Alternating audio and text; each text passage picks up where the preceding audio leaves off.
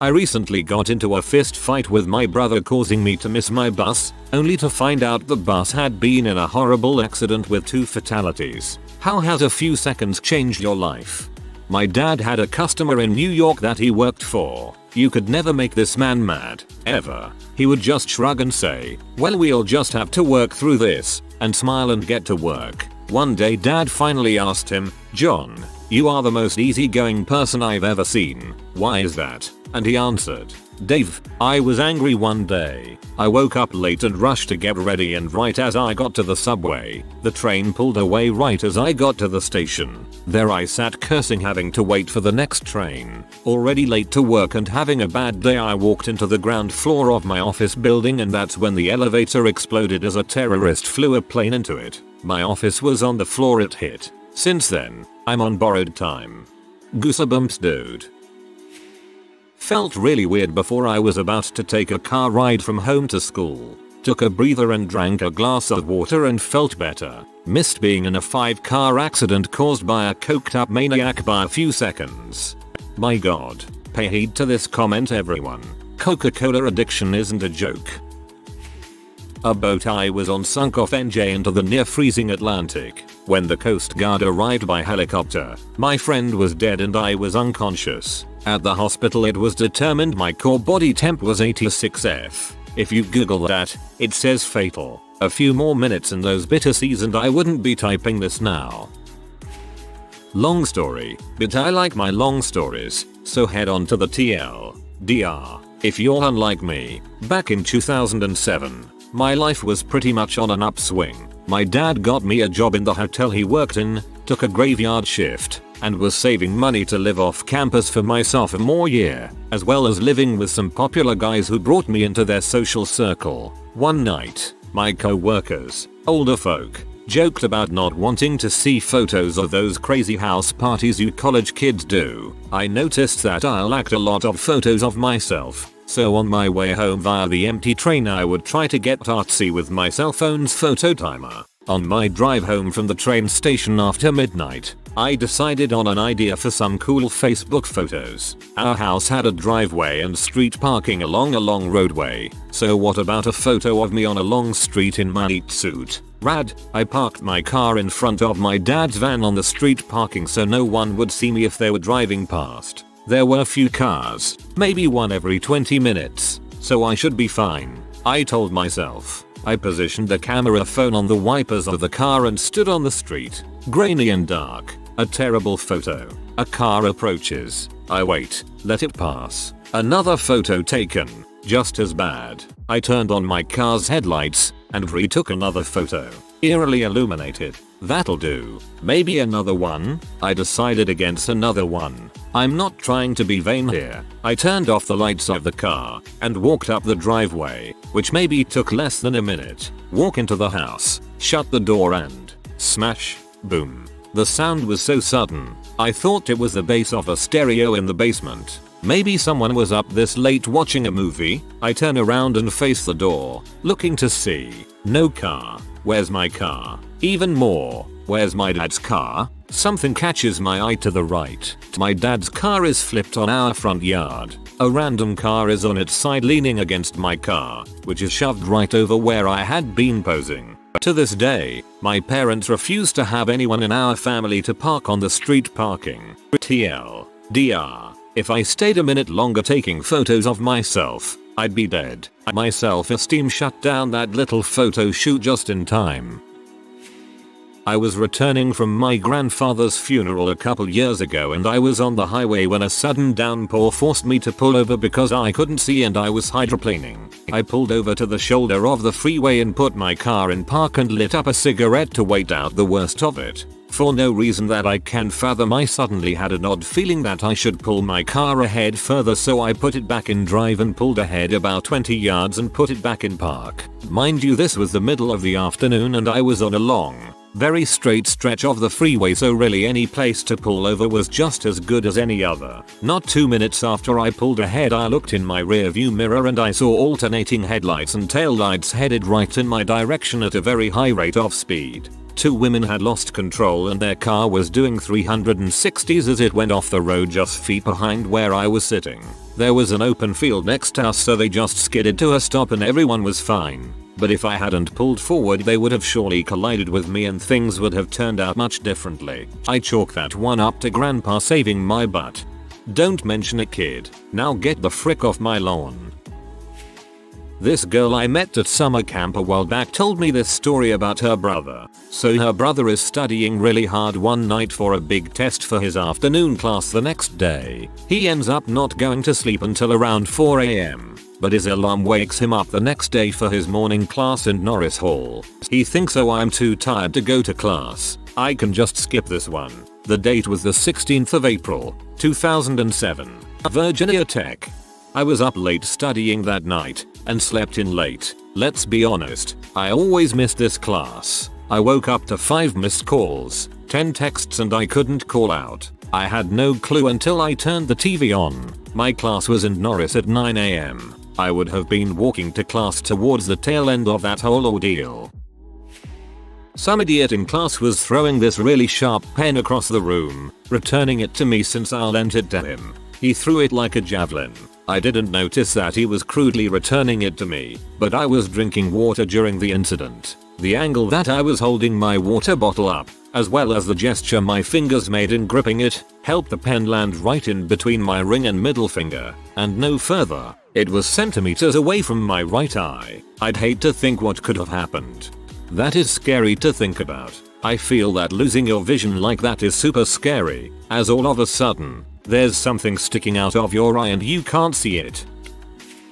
As a kid, my sister and I would fight a lot. We are both girls and close in age, so we would often end up in lame girl fights. When I was in grade 3, my sister and me were waiting for my mom to pick us up from school on a curb. My sister was jerking me around by the back of my book bag, and as she pulled me toward her, a car suddenly came up on the curb at high speed. It would have nailed me had she not jerked me around. Being young, I remember not totally processing this, and instead I just opted to pull her hair. Sisters are the best.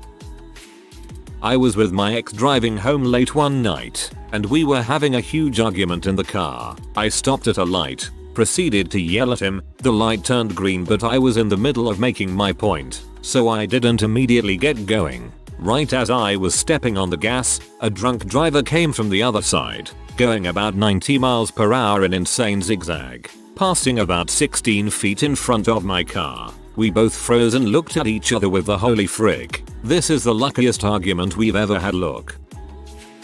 When I was 4 years old, there were 2 men wanted for murder on the loose in the area. On the news they had been described as survival experts. One day mom said she got a strange feeling like something bad was about to happen, so she took me and my sister to the park. When we got back, our house had been broken into and all that was gone was a little cash and all of our camping gear.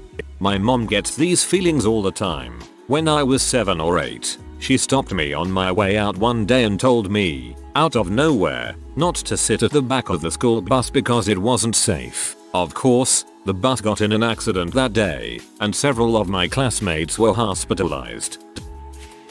Indirectly, as it is about my mom and her dad. When my mother was a baby, her crib was in her parents' room. For reasons unknown, my grandfather got up in the middle of the night and moved the crib. Maybe an hour later, we're not sure because they fell asleep. The ceiling over where the crib was before caved in. I'm talking plaster and wood beams. She wouldn't have survived, and yours truly would have never been born. I have 2. One about me and one about my father. Mine's less climactic, so high school English tells me I should do that one first. Just got my license. Was sitting at a stoplight that was completely blind. Buildings on either side. No right on red because no one could see. Was skipping a song and didn't notice the light had turned green. When I looked up and saw, I started to pull forward as an SUV comes barreling down at like 60 perpendicular to me and scraps my front end. If I had not been a music bee and just dealt with the song, I would have either been boned or in the side of the building. My dad used to work at One Liberty, which was right next to WTC. There was this awesome way the buildings connected like 30 stories up that my father always took to get to his building by going through WTC instead of just taking the front door. Anyway, one morning I adamantly demanded my father make me chocolate chip pancakes and refused to let him leave until he did. He was late to work. Guess the date. So you got pancakes and he owes you one. Several weekends ago on a mildly busy Northern Virginia highway I chose to stay in the middle lane for a little longer than usual before my exit. A few seconds after choosing to not change lanes, the right lane came to a sudden halt due to a stalled car ahead. A big pickup truck hauling a heavy trailer slammed into the car that would have been in front of me. Would have been me. And it literally exploded. Debris and glass shooting in all directions as the truck slammed into it. I was so stunned that I didn't react to what was happening literally right next to me. The collision caused a chain reaction where an SUV in that lane ramped up onto a smaller car and literally rolled over into the lane I was in at the time right behind me. Had I braked or otherwise slowed because of what I was seeing next to me, that SUV would have rolled over in front of, or onto, me while I was traveling at 60 miles per hour. I passed by totally unscathed, seconds from two different terrible collisions.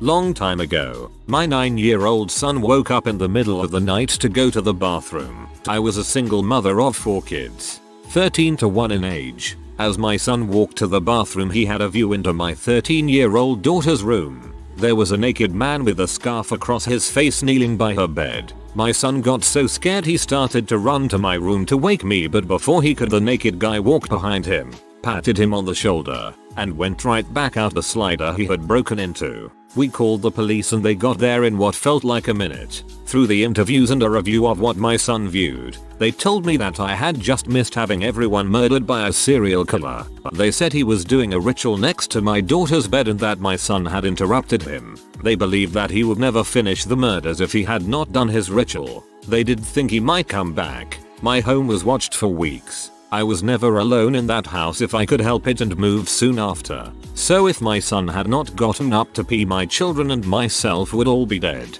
Still afraid to sleep over 20 years later. I was a few seconds away from buying a plane ticket for flight 3407 from Newark to Buffalo. Luckily a friend came into my room and convinced me to stay home that weekend. Checked online later that night and saw the plane had crashed and there were no survivors. Guess I got lucky this time. Yeah, it could have been worse. You could have actually ended up in Buffalo. My apologies. This is long and I'm typing on my phone. Towards the end of college I went on a date with a girl who wanted to go to a club in town. I never wanted to go to this club, but since she really wanted to go, I begrudgingly agreed. When we arrived, I went to get her a drink. While at the bar, this little number walks right up to me and starts asking where I'm from and telling me how I look familiar. I entertain her a little and answer her questions, but I'm on a date and am a cynic and believe that this was just some girl who wanted free drinks. I tell her goodbye and go find my date. Fast forward about 10 months, and my girlfriend, not the same girl from my date, breaks up with me and a friend of mine starts pestering me to come to meet him at a bar so he can introduce me to his new lady. I show up, meet this girl, have a couple vodka tonics and go to leave. It turns out it's an open mic and my buddy starts telling me I need to go up and jam. I keep saying no, but after about 2 minutes of pestering I say okay, but just one song. I play the song, get off stage, go to say goodbye, and just then my buddy's girlfriend tells me that one of her friends just showed up and there is some guy who keeps hanging around her and won't leave her alone, so I need to pretend to be her boyfriend. Turns out this girl was the girl who came up to me in the bar months previously. We end up talking, then dating and ultimately got married. I am typing this from the hospital where 24 hours ago, my wife gave birth to our 3rd child. Yes, a little karma whoring. TLDR. I met the girl twice in 2 different points in my life. I was coerced into playing her boyfriend for a night to keep another guy away. She eventually became my real wife. We also just had our 3rd child 24 hours ago. Well, she did, not me. I am typing this from the hospital where 24 hours ago. I'll be honest, my heart skipped a beat when I read that. I thought something awful happened to her. Grats on the baby. I was at a friend's house and we were just about to head out the door, but he couldn't find his keys. As he was looking, we heard several loud bangs and then the fire alarm started going off. He finally found his keys and poked his head out the door. He told me to walk quickly to the stairs and not look back. Turns out a guy was shot in the hallway about 5 feet from his door. TLDR. Friend couldn't find keys. Save us from getting shot. If your friend hadn't misplaced his keys, your presence may have deterred the shooter. You could have saved the man's life. That man would then go on to cure cancer, AIDS, and herpes. He would also solve the US debt crisis and direct the new Star Wars movies. Oh, what could have been? Was having a smoke while waiting for the bus to take me to high school. My friends pulled up and asked if I needed a ride. I wanted to finish my smoke and was chatting with a hot girl across the street, so I passed. Less than 50 feet from my stop, he skidded on black ice and smashed into a tree. I probably wouldn't have time to put a seatbelt on. Smoking might have saved my life. One of my dad's friends worked at the World Trade Center. He survived both the 93 bombing and 9/11 because he was outside having a cigarette. After a day of skiing in New Zealand, my parents and I were heading back down the mountain and decided to stop for a guy that was trying to get a ride down the mountain. He turned out to be a local, and when visibility reached almost zero, he calmly, then not so calmly, told my dad to turn, just in time to keep us on the road. If we hadn't stopped for 3 seconds to pick him up, we would have gone off a 100m plus drop. That is real karma. Happy for all of you. My mom was sick, so my dad had to drive me to school, which made him late to work on the 11th of September 2001. He worked towards the top of one of the twin towers. He was on the hutch when it happened because he was late. Don't bother going to Urban Dictionary, dictionary.com, or Google to look up hutch. You won't find the definition he's using here. Googling on the hutch in quotes gives you the context of people crossing the Hutchinson River Parkway, which has just got to be it. Good luck understanding local lingo. When I was 17, I got invited to a party by a co-worker that was affiliated with a local gang. At the time, my town was going through a heck of a year of inter-gang violence. So much so that they set up injunctions in the hot areas of town to try and crack down on all this. Anyways, that night I ended up getting pulled over on the way to the party. The police officer kept me for roughly 15 minutes, doing his routine stuff. Meanwhile, the party that I was headed to ended up getting mobbed by a rival gang at almost that precise time. 6 people were stabbed, 1 guy died, and several people were seriously injured due to the fight. Had I not gotten pulled over, I'd have been right in the thick of it. Needless to say, best riding without a seatbelt ticket I've ever gotten. Love how you left the reason you were pulled over till the end. I was in my car looking for a parking spot, found one, turned off the ignition, then noticed outside my window a cop running right at me. He was waving and I couldn't hear him, so I finally got out of the car to talk to the cop. He had his gun prepared for what I thought was me, but then proceeded to tell me had I gotten out of my car just 1 minute before I would have been shot in the head. I had literally pulled into the middle of a shootout. True story. I was taking my dog to her Saturday morning training class, and as I pulled up to a stop sign I turned around to check on her because she was getting herself tangled in her leash. I looked back for just a couple of seconds as I was pulling up to the 4-way stop with no one in sight. When I turned back around I see a Dodge Ram diesel truck run the stop sign going pretty fast. If I didn't look back to check on my dog I probably would have been demolished by that stupid truck. It was a scary feeling.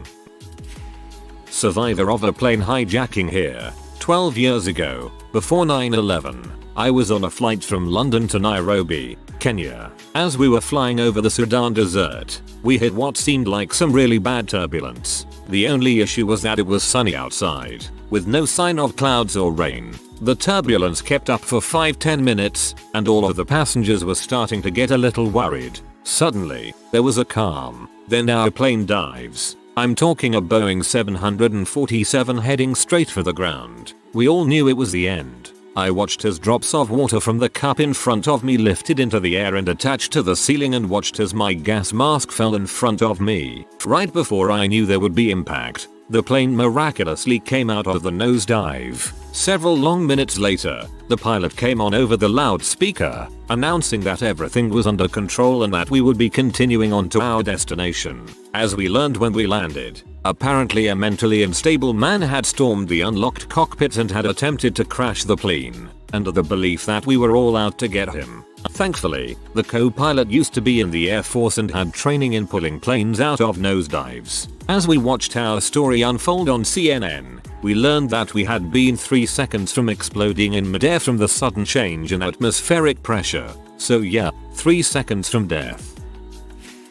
I used to rollerblade to work from my old house to work. One day I started down the street, realized I forgot to put on deodorant and skated back into the house speedy as I could, and then went on my way. 4 minutes later I got hit by an SUV because the driver never looked right at the crosswalk. Shoulder gone with the stinky pits.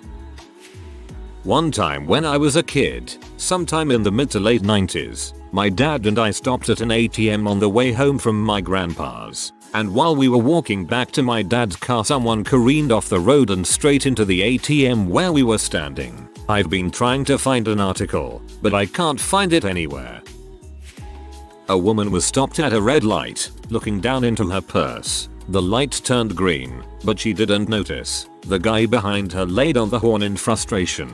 She looked up into the rear view mirror and gave him the middle finger. He followed her home. This was okay back in the 70s. They chatted with each other in her parents' driveway for over an hour and the guy asks her out. They date for a while and eventually get married. They have 4 children, the second born being myself. I owe my life to the boldness of 2 people in a chance encounter. A slight shift in this series of events could have prevented my existence. An interesting twist, however. Way back then, while my parents were dating, my father introduces his best friend from high school to my mom's sister. They marry a week later and eventually have 5 children together. Much later, the oldest of these children, my cousin, begins dating a girl from Europe, here on an exchange program. She eventually introduces me to her friend who is here in the same exchange program. We date for a while and marry about 8 months later. We're coming up on our 11th anniversary and have a son and another baby on the way. I have truly won the cosmic lottery. I can't wait to tell this story to my kids when they grow up. Please don't make 8 seasons of it. Me and my family were on a vacation to London in 2005. On early Thursday morning, we awoke ready to get sightseeing. However, as we were about to head to the subway station, my mom decided that she needed to do laundry, so we detoured to McDonald's instead. While she went to the laundromat, sitting in McDonald's eating a breakfast sandwich, I noticed that there seemed to be an awful lot of police cars and ambulances going by. Television comes on, and lo and behold, multiple bombs have been detonated on subway lines. One of them being the exact line that we would have been on at the time, if not for a large bag of dirty laundry. When I was in high school, we were at a party out at a cabin in the country. The group of people I was with were all going to stay out there, but my girlfriend got violently sick at the end of the night, so we ended up leaving instead. That night a guy got mad because he wanted to hook up with a girl who was with her boyfriend. The guy was drunk. Well, when everyone was sleeping, this butthole grabbed logs out of the fire. The cabin had an interior fireplace in the center of the room, kinda like a ski lodge does, and threw the burning logs onto the couch and left. Everyone that was there was sleeping, and we were all drinking heavily that night. I lost 2 good friends that night and some others were burnt and disfigured for life. It was definitely the worst thing that happened in high school. What a crybaby donghead. Sorry for your loss. If you are new to the channel, you can subscribe. I publish new videos every day. Until then, check another video.